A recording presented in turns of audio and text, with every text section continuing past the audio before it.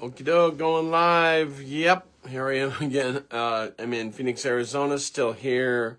Cheryl Dindy's townhouse is my bedroom studio, and just crazy, crazy stuff. And so, talking to my friends that are the producer directors of the docu-series that they're working on, and eventually it's going to lead into a movie, and all that is in a process. And this process didn't happen overnight. It's been 17 years. And a lot of things in life you think, well, man, maybe it's never going to happen. Maybe it's, something I thought of or felt led to do, but you just gave up on the dream or you gave up on the project. And I heard it said one time, as Tommy Barnett said in Phoenix First Church, he said years ago, sometimes the dream has to die so God can resurrect it and get all the glory. And I thought, wow, that's pretty powerful. So I came on tonight because I want to talk to you, tell you a little story. As we've been looking at some of my walk with Jesus the past 35 years, obviously there were other things in my life. And as these producer, directors, and writers have been looking at some of the stories when I was younger and some of the things I did before coming to know Jesus in 1990, they found some interesting stories. And we're going to see how it all kind of, fits together, if you will, or telling the story, and they'll pick and choose and weave, and the script's being written right now. And but I wanted to share with you and thank a friend of mine, Barb McCarroll. So you're going to see right here, look at that. Barb did this amazing prophetic picture of me called The Fire Starter, because that's the second book that I have right here. Look how thick this thing is. I never released this book yet. You can get the other one's on Amazon. It's called The Faith Walker, but this is The Fire Starter. It has a lot of the stories of the entertainment life, the art world stuff I was doing and have been doing for many years. And so anyways, wanted to thank Barb for doing that, because we thought, well, man, when is this, because she did the painting. So let me show you the painting. I'll turn right there. How cool is that? And she did that painting years ago, and I love it. And thank you, Barb. And she's an amazing artist. And it's called The Fire Starter, which will be the cover of this book. And I'll release this book. Got some work still to do on it. I know I've been telling people for years, I'm going to do it. Man, I know none of you guys are procrastinators, so right? That never happens for you. So I can see why everything's taken this long, and what's going on in our culture, what's going on in my life, my family, and what we've all been through, and what my family's been through. And so I want to share with you one of the stories that's in this book. And some of these things, one of my producer friends, he said, can you give us a timeline, when you were in the nightclubs, and what nightclubs you're at and where you at and what was happening? And we're going to do the same thing in the art world stuff too. And I have pictures and stuff that I documented from all those years ago, and some just recently. So I wanted to share with you tonight, because I was sharing this with a friend of mine, and I said, man, I'd just go on and just tell this story out of the book, of an event that happened years ago, 20-something years ago, and, and some of the temptations that even from that time till now, and I put on there, I can still make you dance, and believe me, I can. Hopefully for all the right reasons. So anyways, I'm going to share this story with you. Maybe it'll be a little entertaining for you. Thanks for those praying as I'm going through this cold flu thing. It's getting better. But so anyways, this is one of the stories that I put in the book, The Fire Starter. Like I said, it's, I worked on this for a long time. I think I gave this to like 5 people. This is the rough draft of that, but they are considering taking some of these stories and putting them into the movie or maybe the documentary. So the documentary series. And so I want to thank my friends that are in the entertainment world that are doing that. So let me just start here and read the story to you, and see what you think, and share some of the things that happen. I'm trying to get this stay here. I'm actually got the book right here. So over the past 35 years of following Jesus Christ, I have seen so much of what I call emotional manipulation, and it drives me crazy. My background in entertainment has led me to know it and recognize it very easily.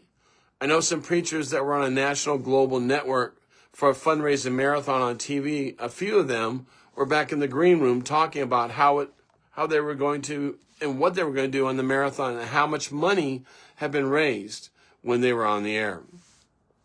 It was like a contest to them. When one of the preachers who was very well known around the world told the others in the green room, "I'm up soon. So what do you want me to do? You want me to make them laugh or cry or maybe both so they could send in their money?" Now see this, I'm telling you the story because I know this story firsthand from the people that were there. So it's not like I'm making up a story to you or I can't call someone and validate this stuff. Everything you hear, everything I'm telling you, whatever, I can validate it. So do you want me to make them laugh or cry or maybe both so they could send in their money? He said, I can move them emotionally any way I need to. Wow. I'm sure the Lord is not pleased with all that at all. It's taken me years to learn to follow the leading of the Holy Spirit. So here's a little more of my backstory. Here we go. As I've been writing my stories of these journeys with the King, that's Jesus, I'm reliving the events and times that God had brought me through in front of and part of some amazing people, places, and events. Everything in my past has prepared me for the journey today. I believe that's true for you also. You know, the good, the bad, and even the ugly, and the blessings. I'm grateful for today, no matter what. The promises over my life and my family are still in my heart and my mind. So what really is important? Fame, fortune, power? Very few people can handle that in humility and love. And without God in the center of their life, it's impossible. So what is important? God, family, friends, and others. This is part 5 of my book entitled The Journey for the King, The Firestarter. This is a continuation of the chapters called The Artist, Performer, DJ, Designer, and I'm very grateful each and every day that God gives me, and He gives me He's given me peace, He's given me love, and He's given me my family. So here are a few, and I put in here, I put in a few pictures of Barrett Jackson, and I'm going to describe to you the night. I'm going to describe to you what happened that night in this story. And Barrett Jackson is the world's greatest car auction in Scottsdale, Arizona. It's opening night, and they call this the Gala Night. I'll be on stage entertaining over 10,000 people who attend this night of entertainment. I will be opening up on the stage for the best Beatles review group in the world and playing between their sets and closing the night out. No pressure, right? Laugh out loud. This was not my first rodeo. This story is crazy as usual, so hang on. I've been following Jesus for a few years now and been doing limited corporate events, and this is one of them. And yes, there were celebrities everywhere, and many of the wealthiest people in the world attended this week-long event in Scottsdale, Arizona. Maybe many of you heard about it or whatever. It's the Barrett Jackson car auction. The voice on the other end of the phone line said, "We were very impressed with your last event you did for us, and we'd like to offer you a position with our company." At this time, I had about 14 years experience in the club and some experience doing corporate Fortune 500 stuff. And I played all types of music from every era and every genre you can imaginable. And I was capable to play anything for any client whenever they wanted. My years in the nightclub and my transition to being a corporate DJ entertainer, I've been hired to do a few Fortune 500 events, and they had me open for the likes of the Beach Boys, Temptations, Pointer Sisters, Bill Cosby, and more. I've been working for my friend's entertainment DJ company for a few years at this time as a mobile corporate DJ instead of starting my own company with all the details and challenges that go with it. I worked for my friend's company, and they treated me quite well, and they still do. Still good friends. They would give me all the details to the events. They'd worked out the contracts out. They'd worked with the client. All I had to do was show up with my DJ gear and work with a production company doing these large events and plug into their systems. The offer from this entertainment company out of Los Angeles was that they would like to use me to open up for different bands around the world, and the pay was amazing. Man, where'd they go? They wanted me for an event in Egypt, and I was to open up for the Eagles. And then on to a few other countries after that. It was tempting, but being away from my wife and my young family did not appeal to me. I was not interested in being on stage and in the limelight. I had more than enough of that for many years. And most of that led to the destruction of so many of my friends in the entertainment industry. I've been a Christian for a few years now, and when this offer came to me, God was already narrowing down when and where I could work and what I could do. I told the company, thank you for your offer, but I will stay close to home. I just got an offer a month earlier from one of the top DJ entertainers in Canada. He was doing an event in Arizona at one of the 5-star resorts and needed someone to help him with this huge event for the Mary Kay Corporation. They had been a client for him for many years. So I assisted him as the DJ that night, as he was famous for multiple costume changes and characters he would become throughout the entire event. He had an assistant that would help him with costume changes and makeup. He truly was amazing, and he truly was. After the event that night, he said, Bobby, I've never worked with someone who could read a crowd like you and follow me.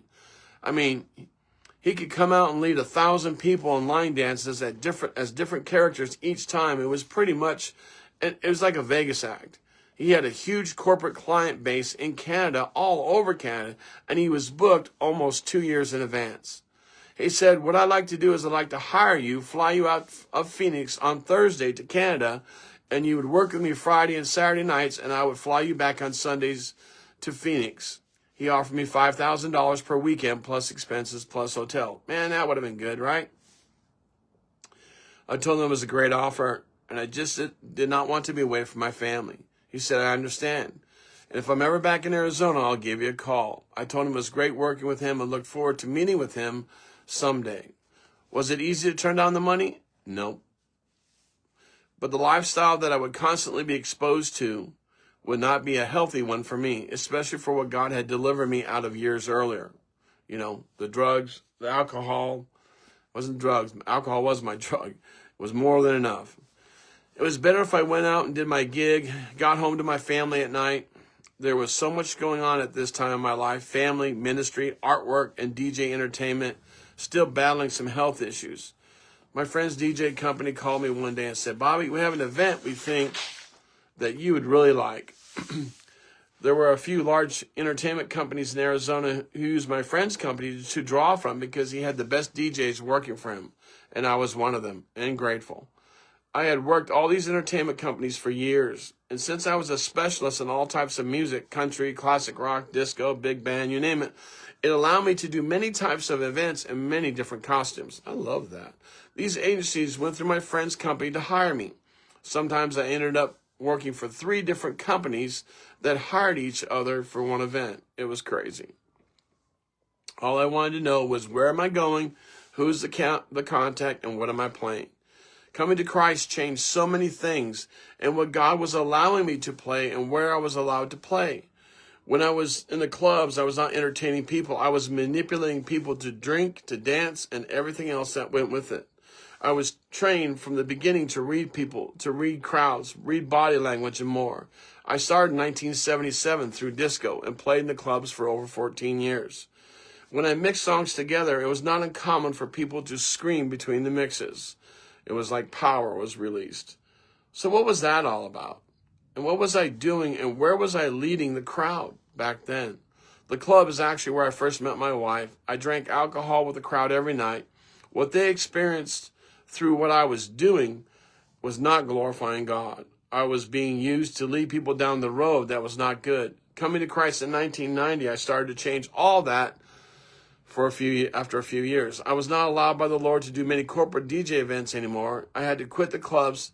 They were killing me, and the Lord was reprogramming my gift to follow him and not manipulate people.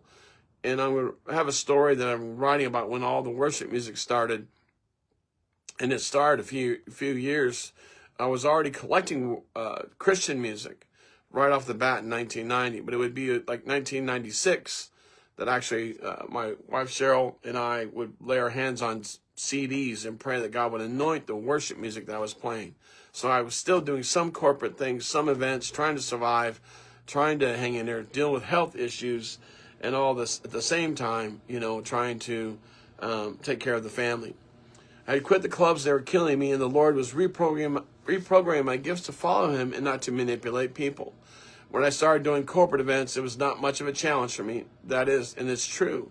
I already had people profiled before they entered the room that I would be playing at that event that I was playing at. I had profiled the people in many ways. And here are some of those ways. I'm going to tell you some of those ways that I was doing that. These are the questions that I would seek out and get answers to before people or a group, an event that I was doing. When do they arrive at the resort or the place I was playing at? What type of work do they do? That gave me some type of understanding of their personalities and their personality types. What was the average age? Do they have an open bar, hors d'oeuvres before dinner? Will there be alcohol or dinner? What are they drinking? How big was dinner? Buffet or sit down? What was the man to woman ratio in the room? Will there be awards after the dinner? What part or parts of the country, which were huge, were they from? Who and where the corporate executives were in the room? These are just a few things, and they really are just a few things, because I always tell people, I already got you. I know where your personality type is. I know how long you've been in town. I know what you're doing. So I'm already gearing up, preparing to entertain you and to move you. Who's in charge of, and so I was checking out things, and who's in charge of the lighting for the event. There are many more things to take into consideration on each event, so I have a total understanding of who I'm trying to entertain and help to the dance floor. I'm trying to help you to that. Now I'm just trying to help you to the altar, get to know Jesus. Then I do what I call flashback programming of music. I'm sharing with you the real and raw truth of what I was hired to do. So what is flashback programming? This came to me years ago, as I used it hundreds of times over the years. Some of the strongest memories and emotions that we have are between the ages of 16 and 22. When we first fall in love, especially guys, our hormones are high, laugh out loud. When we transition from grade school to high school to being a young adult or going to college and thinking of marriage, everyone is wired to experience this time in their life, one way or another. So I take the average age of people I'm entertaining and play music for, and I go into that time period of music, back to that time period of music, and select the music from that time to play something during the evening. A lot of times I would do it, especially if they're having dinner or there was a cocktail hour or whatever. I'm playing that music to bring them back and to stir them up. I'm touching an emotional nerve and bringing people from yesterday back to yesterday and back to today through the music. I watch their body language to see if they're tapping their feet or looking back to acknowledge the song that I'm playing all the time. That does not mean I'm always trying to get people to dance, but to respond to the environment that I'm creating. See where I'm going here? I've always loved doing weddings because the challenge is on. Can I write a book about the hundreds of weddings I've done over the past 47 years? One of the challenges is playing the music that would honor the bride and groom, bringing the rest of the families into one accord for the wedding, many times crossing 3 generations of family, all in one night. Yeah, I know. You've been to a million weddings, you understand. You've seen good DJs and you've seen bad ones. And from different time periods of music. I was called on many times by different talent agencies because their clients were very particular about everything, including music entertainment, as they should be. I was asked by one big talent agency if I could come and talk to the bride that booked them for a very high-profile wedding at one of the major resorts in Phoenix. She was the personal secretary to the president of MGM Studios, in Hollywood. She had already scared off a few DJs, and the agency was desperate. I came to the meeting with the bride, and she shared what she wanted at her wedding. It was so scripted out, you would not believe it. I mean, every second, scripted by time down to the last second. No joke.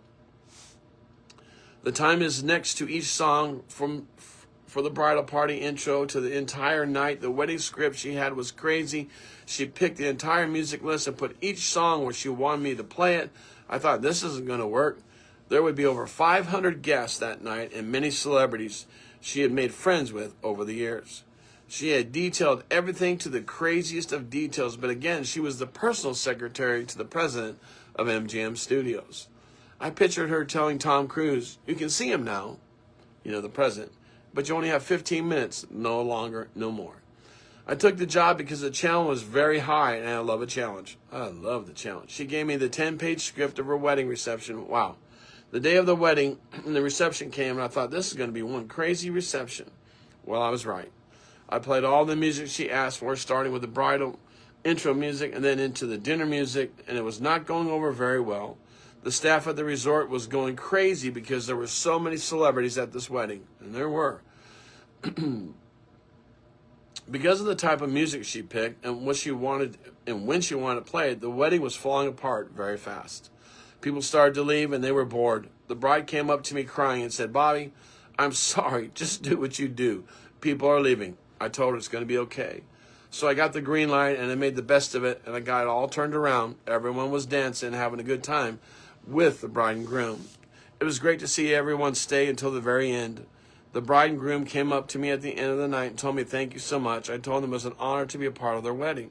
The father of the bride came up to me and thanked me and gave me a very large tip. The challenge was over.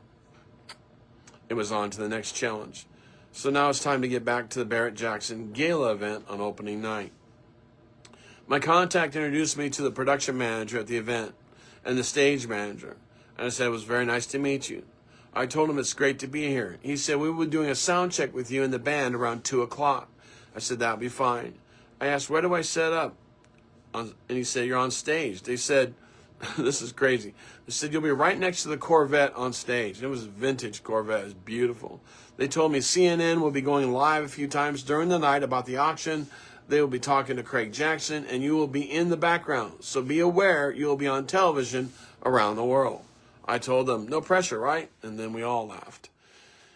They said the green room backstage is for you and the band and will be set up soon, and you are welcome to have anything there. The stage manager said the band will be doing 3 sets, 40 minutes each, and you will open the night. Plan on playing 1 hour before they do their first set, and you will play 20 minutes between each set and as they do full costume changes, and we will give you the last hour of the night to close out the evening. I told him that sounds great. We walked up on the stage. There were 2 large screens just off the stage on both sides. The band equipment was already set up, and I asked if the band was here yet. He said, yes, they got here yesterday. They live in different parts of the U.S. One of them comes from London. The other comes from Australia. And I was on the main stage that they were going to use for the auction. There were 2 cars on the stage with the band, also with the band equipment. And they set me up a table uncomfortably close to the beautiful Corvette that they would be auctioning off later in the days to come. We stepped backstage. There were racks of clothes for the band, and they were still setting up the green room area. It was very impressive. They brought in all kinds of furniture to fill it out. In a few hours, there would be over 10,000 people in the tent. I was talking with the sound and lighting engineers about the setup when the agency rep said, "I'll be back in a few hours to check on you and take you over to the VIP Speed Network tent. You'll be playing there for 5 days."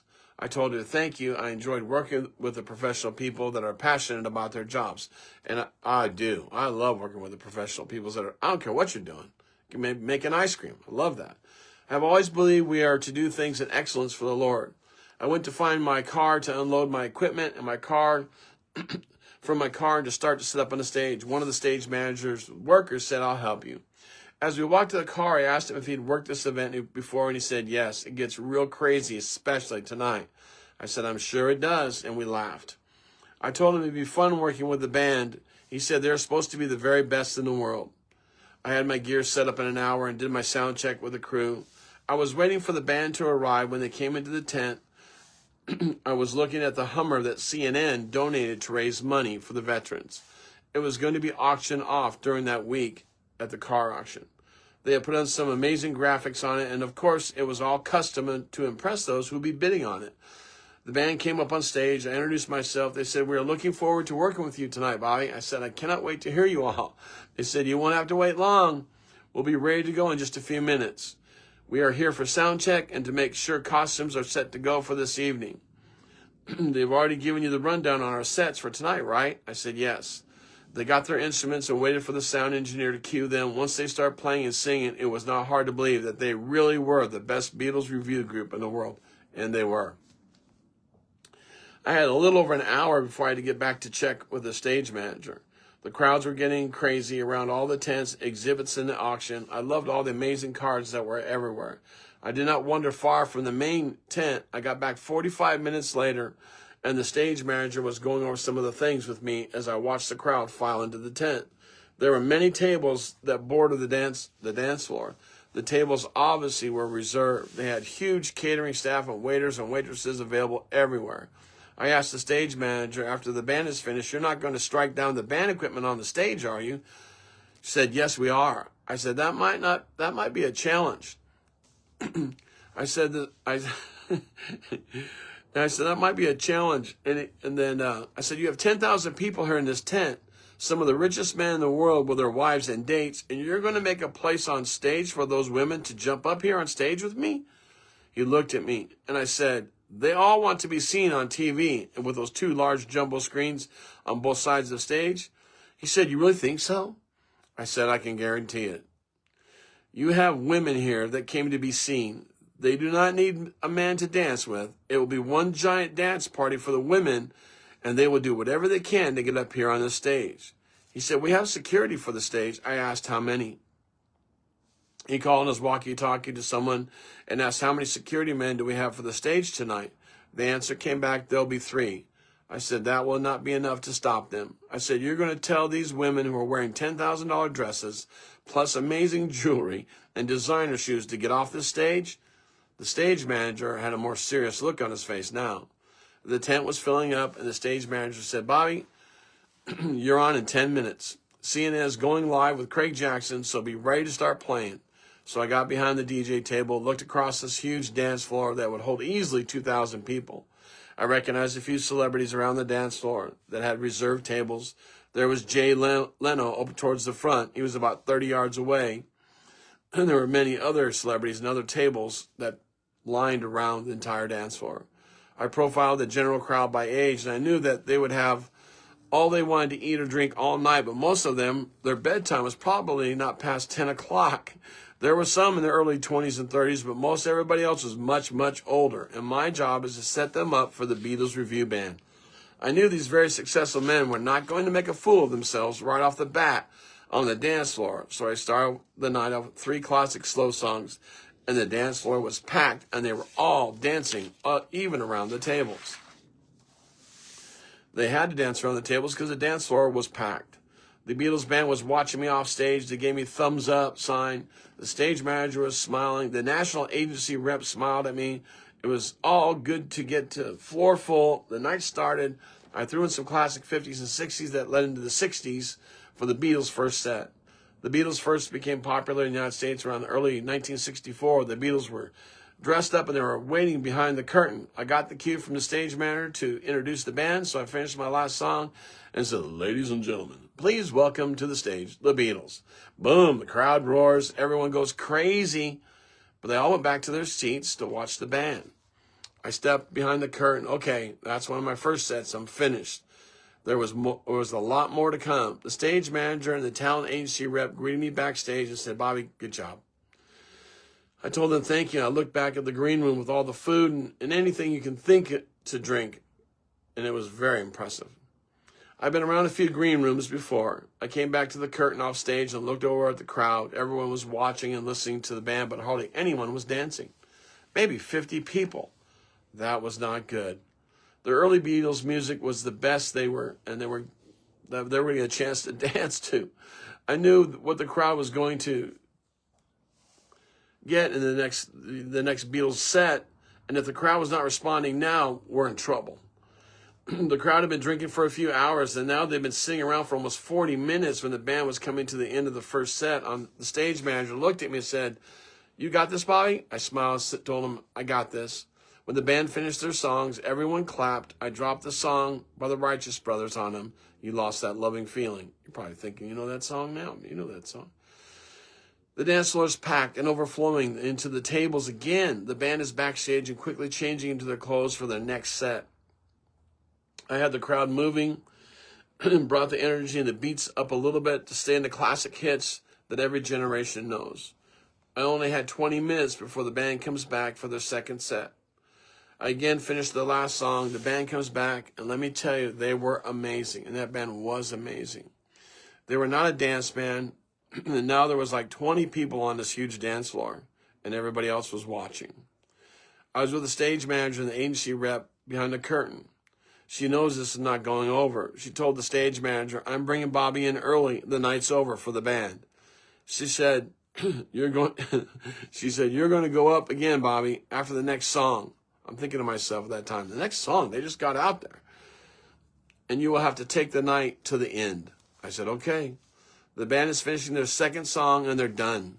They say, "Thank you, everyone. Enjoy the rest of your night." It's and then went back to me again, bringing, I got to tell you, I went back to Motown. I went back to slow music, right? The stage crew is taking down the band equipment very quickly. I motioned to the stage manager from behind the curtain, and I told him, "Hey, I hope you're getting ready for all these women that are going to jump on the stage, aren't you?" He quickly goes on his walkie-talkie. I see a few security guys take the post on the front of the stage. While everyone is still slow dancing, I'm thinking, I'm going to run these people hard for the next few hours. They're going to get their money's worth out of me. The band had just finished getting out of the costumes, and they waved me over to the backstage curtain and said, "Good job, Bobby. It's an early night for us. We're going to stick around the rest of the night and party and dance." Man, I was thinking, I wish I was getting their paycheck for the night. The stage was not clear yet, and I knew when I dropped the next song, these women are going to go crazy on me. And there's no security for me, my DJ table. Oh well. Sometimes there's a fine line from entertaining people to manipulating people to do what you want. I was trying to walk that line and not step over the line, and that was my battle. And I was learning the difference since I became a follower of Jesus. You might be thinking, how could you be in there and still follow Jesus? The journey with the King was going on, and I was trying to feed my family, honor God, and struggle. The struggle was real. Sometimes God will put you right in front of some very interesting people to tell them your testimony. It was about to get really real and raw really fast, and I had some choices. So everyone is in place, and I'm thinking, I really need to run these people and dance their feet off and sober up a little. Okay. So I dropped the song "Brick House" by the Commodores from 1977. And before anyone gets all judgmental on me, do you know how many times I've asked at Christian weddings to play this song? So much over the past 47 years. Yes, sons and daughters, pastors of all denominations and more. You know who you are. So where was I going with the rest of the night? I decided I'm going to really make this one giant wedding reception for the next 2.5 hours. And I did. As soon as the first few beats of the song came out, hundreds of women rushed up on the stage and got up on the stage and stayed with me dancing up there. Security was freaking out, and I was laughing on camera. The stage is full of dancing women and a few brave women that were with them. The dance floor is overflowing. The waiters and waitresses are dancing all the way around to the back of the tent. I knew where to take them. I was just creating one giant fun dance party. Later, when I got the next set, I had a few thousand people doing the Macarena line dance and threw on some country two-step, and they loved it. I finished the night out with some more fun songs, twist and shout, some 50s and 60s music, Motown, some classic rock ballads, and more. I went to the 70s and 80s music and went to playing some hits from today and slow dances right to the end of the night. The stage manager gives me the thumbs up, and the night was finished, and there was still more than half the people there past their bedtime. Craig Jackson, the president of Barrett Jackson, the car show, comes up to me on stage and says, "Bobby, you did a great job. You're the best DJ that we've ever had. I hope you come back next year." I told him, "Thank you. I still have 5 more days with you in the VIP tent for the Speed Network starting tomorrow." He said, "Great. I'll try and stop by and say hi to you." As he was leaving the stage manager said, "Great job, Bobby. If you want, you can leave your gear backstage till tomorrow." I said, "That'd be awesome." I finished up and was ready to leave. I changed out of my tuxedo. I was ready to go home to my wife and my kids. The national agency rep came over to me and she said, "Great job, Bobby. I guess we'll see you for the next 5 days." I said, "I'm looking forward to seeing what's going to happen in the Speed VIP Network tent." I told her, "Where'd you park your car?" She told me. I said, "I'll walk you to the gate and security guards will take you the rest of the way to your car, right?" She said, "Yes, thank you." As we were walking through this huge vendor tents and everything you could possibly imagine for sale, she said, "While you were playing tonight and everyone was going crazy, I made a phone call. And I was wondering if you'd like to do some private celebrity parties for the Super Bowl in a few weeks. We have a whole week of parties." I told her, "You're going to offer me some stupid amount of money to do these parties, aren't you?" She laughed and said, "Yes." I told her the money would be amazing for me and my family, but God was delivered me from alcohol and that lifestyle that was truly killing me. I said I'm also a designer artist in stone and some other things, and maybe somewhere down the line, my breakthrough is coming. I told her, thank you for the offer. I'm sure the next 5 days will not be boring. She said, after tonight, I don't think so. We both laughed. Years later, after my disappointments from the church, business opportunities, and my own mistakes, my wife begged me many times to just go back to being an entertainer. We'll take care of our kids. We'll make a decent living. We'll go to church on Sunday like everybody else. I knew I was not called to be like everybody else, and my family was not.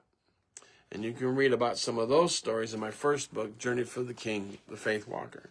I am definitely not called to be like everybody else. Cheryl wasn't called. Our family wasn't called. I can't tell you how many times that I thought, just let me go back and make some money. Seriously. Let me go back and make some serious money. I quit nightclub right before the EDM rave culture started, and I was just being introduced to that, just on the edge. And that's when, up to that point, at that time, 3 years, I was a hardcore alcoholic, DJ, entertainer. And I definitely would have, I was already on close to death just doing that. I can't imagine going into that scene at that time, all those years ago in 1990. So, after I got saved, I did a few corporate events. Always someone's getting married. And it was very difficult because there were a lot of work for me, and I had to say no. Because there was no one to be accountable to. And when the one agency wanted to fly me around the world, I'd be going to Egypt to open up for the Eagles, but I'm there 5 days by myself with an expense account, with, a master account, all this other stuff. Who's going to watch me? And temptation is real, isn't it? When God delivers you from something, it's best not to mess with it. So for all these years, I wanted to go back, and I'm like, man, I could do this. I couldn't get help as being a missionary evangelist in my own country, doing what I was doing with worship and whatever. I thought, maybe I could help God out. Had some really great opportunities and some things with the art world, and very close to some really huge breakthroughs. And the stories are there, and the art's real.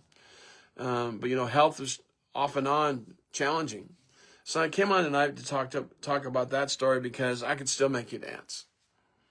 I have not lost the gift, the talent, the ability. And many of you, same thing. You might be older, your body's broken down. But, many of you, it's crazy because I was just in Truth and Consequences, New Mexico, 90 days in Kerrville, Texas, and then Truth and Consequences. And there are so many older, retired people in that little community, in that town, as there are in Kerrville too, but especially that little town in New Mexico. And I would see people in their late 70s and 80s, and their bodies are broken, and they're barely getting around. And I was thinking to myself, what were they like 30 years ago, or 40 years ago, or 50 years ago? Who were they, right? And sometimes we judge, and I've been guilty of maybe what I see, and I'm thinking, man, what were they like when they were like in the prime of their life, and what job did they hold, or what family did they raise? And, see them now just trying to get through life, trying to just make it through the day. So I came on tonight because I wanted to share some stories, and I'm grateful for every day, and it's a gift.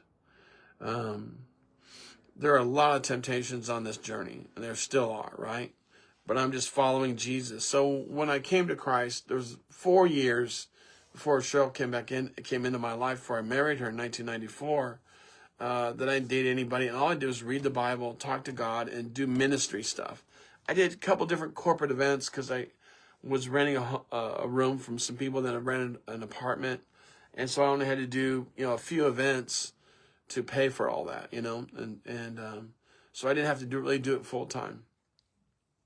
But there was always a temptation to and it got to the point when God had called me and the family to do this, especially what I was doing, where there are times when I'm like, you know what? I'm just going to go back and make some money. And I'd like to tell you that thought has never entered my mind from that point on, but that's not true. Lots and lots of times. Thankful that the Holy Spirit and some other people talked me out of it. I'll probably still be doing some wedding receptions for people that I know that are in churches and other stuff forever. I even try to convince myself through all my health issues the past 6-7 years, I could still do it physically. Cannot. So can I still make you dance? Oh yeah, I got you. But I couldn't set up the gear or the equipment or anything else like that. And so Anyways, it came on. Thank you for your prayers. Thank you for your support. I want to talk to you about the story of how the music all started, that many of you have gotten. Thousands and thousands and thousands of people have gotten the music and have heard it, how it started with Group Home Kids and me and Cheryl putting our hands on these worship CDs. And that changed our world and changed lots of people's world. So anyways, thank you so much for your prayers. Yep, I think I'm being healed. Feels like I'm being healed. Thanks, Barb. Love that painting. Yes, it will be on the cover of the second book. I need to weave all the stories in the second book. Like I showed you, it's got a lot. Again, the TV producers, movie guys, all whatever, they said, man, there's some stories in here that are feature films. And I go, could be, if that's what God wants. But my bank account doesn't reflect any of that now, but that's about to change, I'm sure, somewhere down the road. Anyways, live by faith. So I wanted to tell you, so many times I thought, listen, let me go back and do this, Lord, and help you out. He said, nope, I'm your booking agent. You do what I tell you to do. You go where I tell you to go. And trust me that I will take care of you and I'll take care of your family. Okay, Lord. Man, has that brought me across some amazing people, some amazing lives, some amazing things by just listening to God. Has it been easy? Oh, no. Has it been painful walks of obedience and sacrifice? Yeah. But I wouldn't change it for anything. So thank you so much. God bless you. I hope someone got something out of that, because I was telling a friend of mine, I could still make you dance.